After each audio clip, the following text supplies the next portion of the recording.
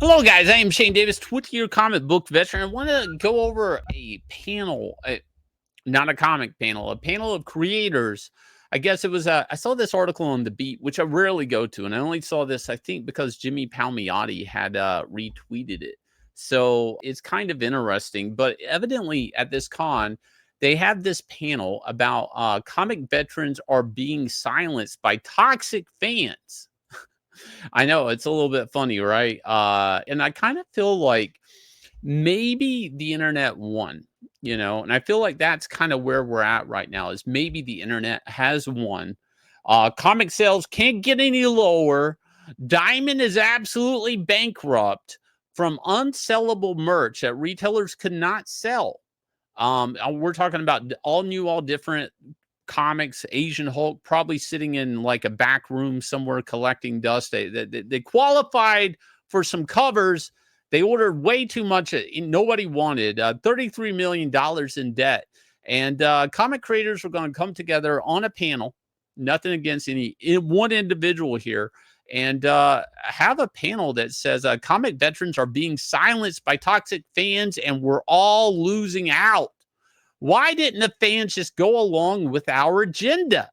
Now, before you guys say, Shane, why is this screen all jacked up? I don't know. The Beats had a problem with Google ads and stuff like that, and their site's kind of busted up. But, I kind of saw this. Obviously, comic veterans are being silenced by toxic fans, and we're losing out. Jimmy Palmiotti retweeting this. I would say the fans lost out, not the comic creators. And you have to understand, comic creators are only around to service fans. It's not and the SJWs especially. They think the fans their agendas. They're there to service their politics, their non-binary way of thinking. They push things into characters and comics that really cause the fans to quit buying, and then you're called a bigot for not buying. But there's a couple of things in this I really want to point out. That are we at the point where we've lost and now it's time to pretend that you're the victim, the creator, you're the victim, right? And when I say we lost, I mean like comics. We lost the fans. You guys, Marvel and DC have lost a big chunk of readership, right? A lot of apathy is setting in. It's even starting to fade into the other the MCU and stuff like that, not just the publication. But you kind of have lost the fans. People are buying backwards. And I know everybody's going to blame that on COVID, but it's not exactly COVID. Art quality standards are down. We're having to dust off Jim Lee and get him and Jeff Loeb out of retirement to try to rekindle some sort of energy in the DC line. Or we have to go out here and do something absolutely crazy with absolute Batman and make that work. But you guys burnt the fans away.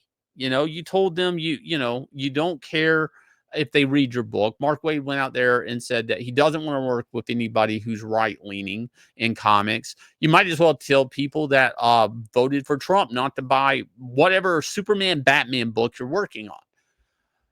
All right, so and you guys can go check this out if you want, but we got some people in here like Joe Rubenstein who's in here talking, who's become a regular at the show, chatting about his career. And he made a point that really stuck with me. How many people do we suppose get to meet their idols and even work with them? He goes on to say how he was able to meet like idols like Stan Lee, Jack Kirby, Joe Kubert, Gil Kane, Wally Wood, and so on and so forth. And any other medium, that doesn't really happen. And really, it just goes to prove that in the big scheme of things, if you look at comics as an art form, it's sort of mainstream comics is relatively new. Okay. The idea of Marvel and DC, I mean, some of these characters are getting ready to skate into public domain, but for the most part, a lot of this stuff is fairly new. But there's a couple of lines in here, and one is somebody quoting Mark Waid. And they're basically blaming the internet. Okay, I really want to point that out, that they're blaming the internet. They're kind of going back, talking about Wizard Magazine and message boards and all that. And I kind of lived through all that in comics, either as a fan or as a creator. And I will say the internet did allow for feedback to happen at lightning speed.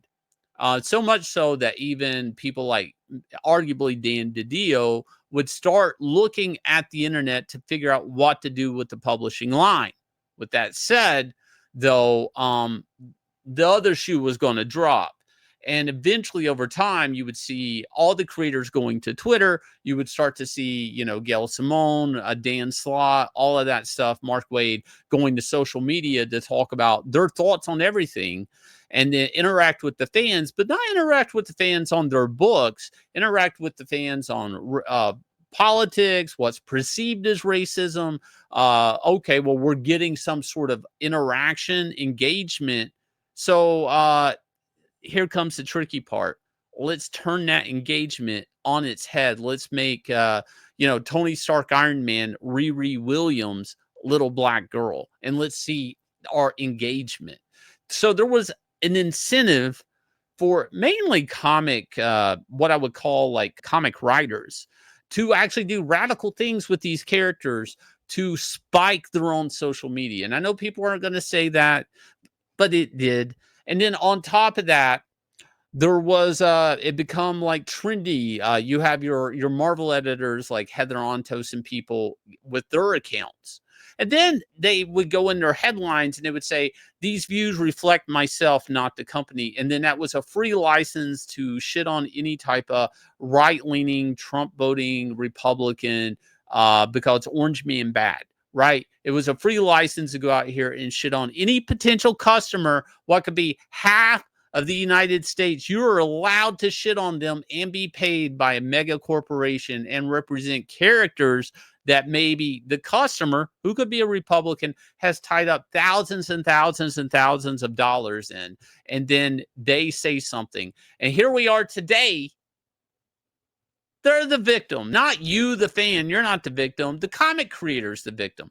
Social media, this is Mark Waid, a quote of Mark Waid. Social media has certainly an shifted fandom as much as it has everything else in the 21st century. Mark Waid told me in an email, they have always been, do that again. Mark Waid told me in an email, they have always been brickbat throwers out there. But when they had to actually write a letter and buy a stamp, you didn't hear from them as much. Once all they had to do was open a Twitter account, the horse was loose in the hospital. So basically, hurt feelings from the creators and what people think about their comics on the internet. But it's interesting because you do things radically to these characters. You go out here putting and airing out your political feelings out there on your professional social media. And you guys have intertwined social media so much to the comics. This was always going to happen. You were always going to get blowback. Now, look, and some fan could go out there and say, oh, you drew a hand stupid, Shane. And yeah, if I drew a hand stupid, I drew a hand stupid. But nobody should be working in comics unless you're thick-skinned. But where we're at right now is people trying to move the goalpost that they didn't ruin comics, that they didn't drive it down, that they're the actual victims of the fandom. But the comics, Marvel and DC only publish comics because of the fandom.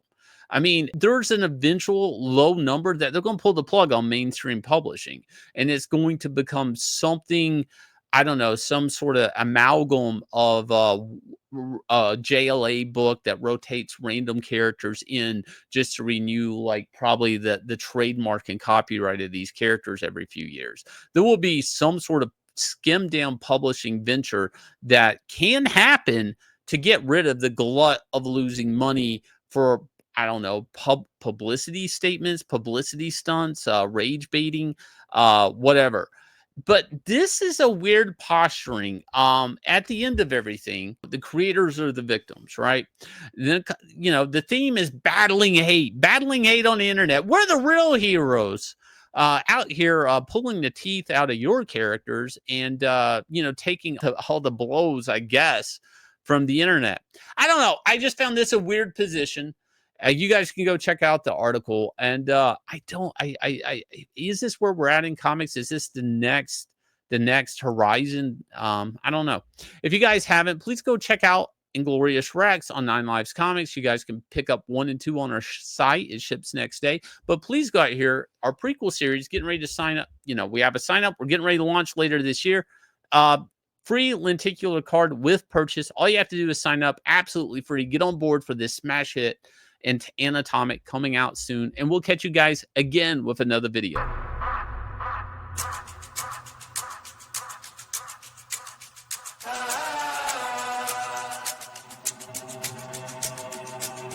Yeah, I ain't gonna lie to you. Truth always hurts worse. Doing good till first, reverse, now you last. Blast of the past. It's cool though. Last card player right. Uno. We never let up. Been down forever. Sick man, we fed up. Know that we tired. Wake up the beast that's been sleeping inside. It's time to ride. We ready to slide. Hard-headed, I will not listen. If you do not get it, that's your bad. Keep up in the sky like we see you feet up. Metal meets metal, it's no keeping up. Sniper division, it's no seeing us. This here is earned, ain't no hookups. So if you wanna eat, gotta cook up.